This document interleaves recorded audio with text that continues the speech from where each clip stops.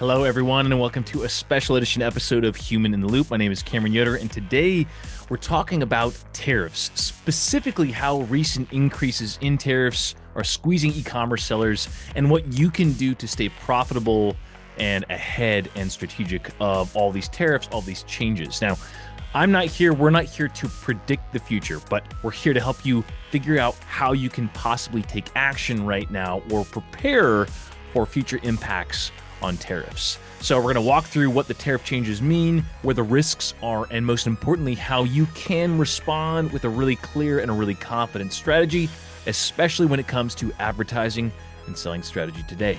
All that being said, let's jump in.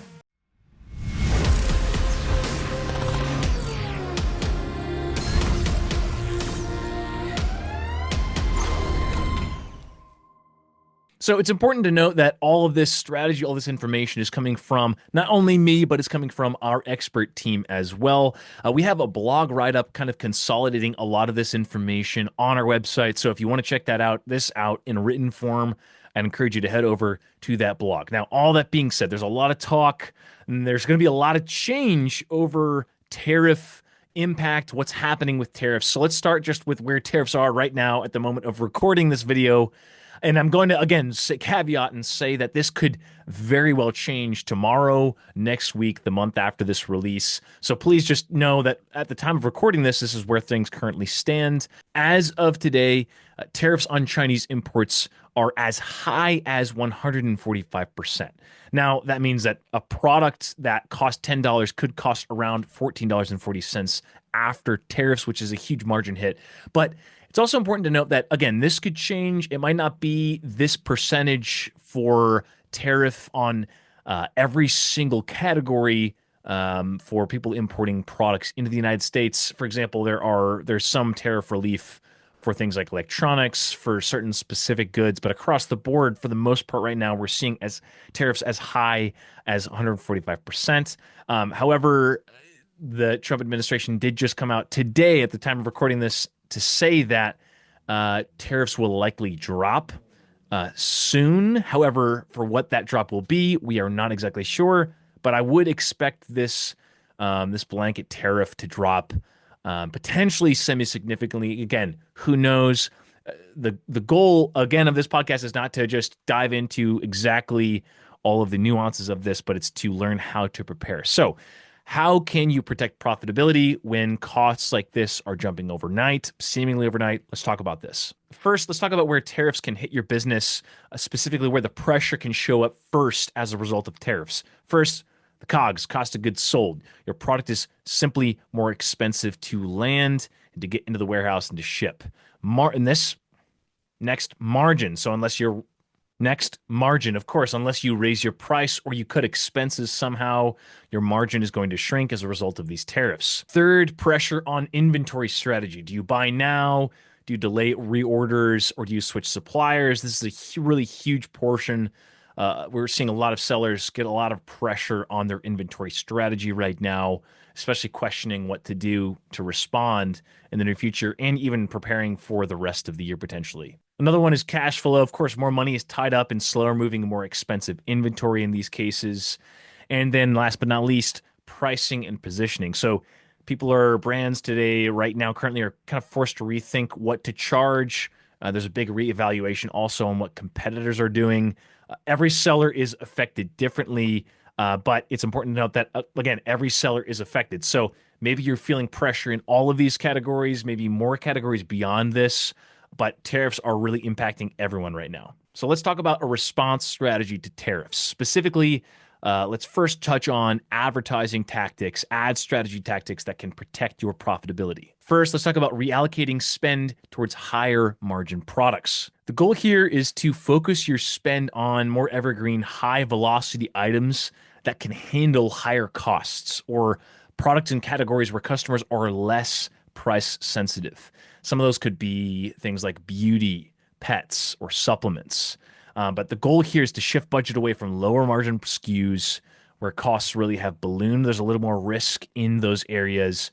Again, shifting towards higher margin areas, higher margin products. Another important tip here for advertising is to adjust your ACOS targets by SKU. So Again, there's a lot of shifts happening as a result of these tariffs, as a result of these margins potentially changing.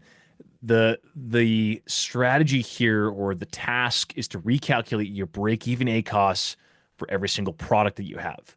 So, for example, if a product's COGS goes from $10 to $14, your allowable ACOS might drop from 30% to 18%. It's important to really try and as best you can calculate or adjust based on the new margins of some of these tariffs.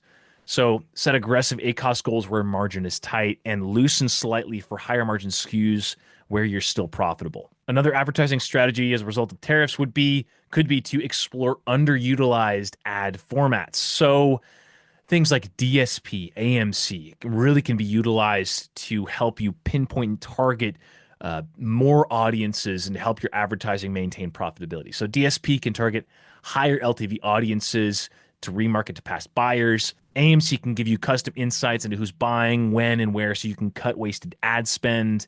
Sponsored display, whatever it is, there are likely untapped ad types that you might not be utilizing that can really help bump up your profitability. So if you are not yet utilizing AMC or DSP, now could be a good time to tap into those. We have different resources on tapping into those. But again, the goal here is to mix up your strategy and to utilize underutilized assets like DSP, AMC, and beyond when it comes to advertising. Another aspect here, of course, is to leverage AI-based tools. So things like Teikametrics that can expand your reach. A lot of sellers that aren't utilizing AI tools aren't going to be able to respond or navigate through these changes as well as they would be able to otherwise. So one example of this, leveraging AI in a tariff scenario, might be to create an automation where ad spend is paused when ACOS exceeds a break-even point, or when conversion rate drops below a certain threshold. These are examples, again, of how you can respond with AI, but those are going to help maintain profitability and help you find like that fine-tuned adjustment point as you're changing some of these things as a result of differences in margin and differences in profitability. Something else to keep in mind, so many sellers are changing their pricing as a result of these tariffs, which again, that only makes sense. Like if your costs are increasing, you almost are forced into this position to hand off some of those costs, if not all of those costs, to the consumer by raising your price. So this isn't saying not to do that, but we are suggesting to do that strategically. So how do you do that? First suggestion here would be to monitor your competitor pricing. So using tools like Keepa or even Amazon's own pricing dashboard, or just browsing Amazon to track competitors, and also setting alerts so that you're notified when others are raising prices, so that you can kind of keep track on the pulse of what others are doing in the space. Again, this shouldn't be the only thing that you do to determine what price you're going to be set at, but it is a good way to keep an eye on what others are doing in the space. Another suggestion here is to increase gradually.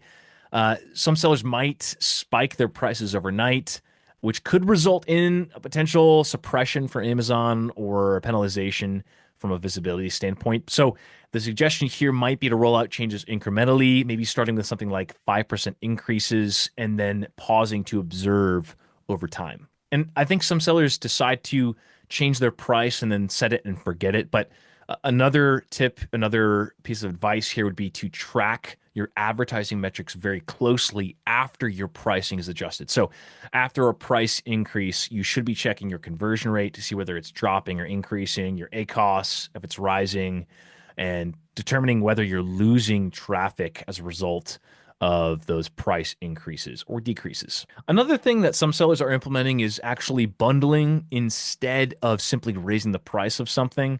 For example, a $19.99 single item could become a $24.99 two-pack, and this could help maintain some of that profitability without necessarily having to increase the pricing of a single item, and or also maybe a two-pack will end up selling better than a one-pack, and you maintain some of that profitability. But that's something to consider, is bundling in addition to or instead of increasing the price of a single SKU item. So what about budget allocation, especially for sellers with mixed margin products in their catalog? First, The recommendation is to update your COGS in your advertising management system to see real-time gross profit estimates at the SKU level.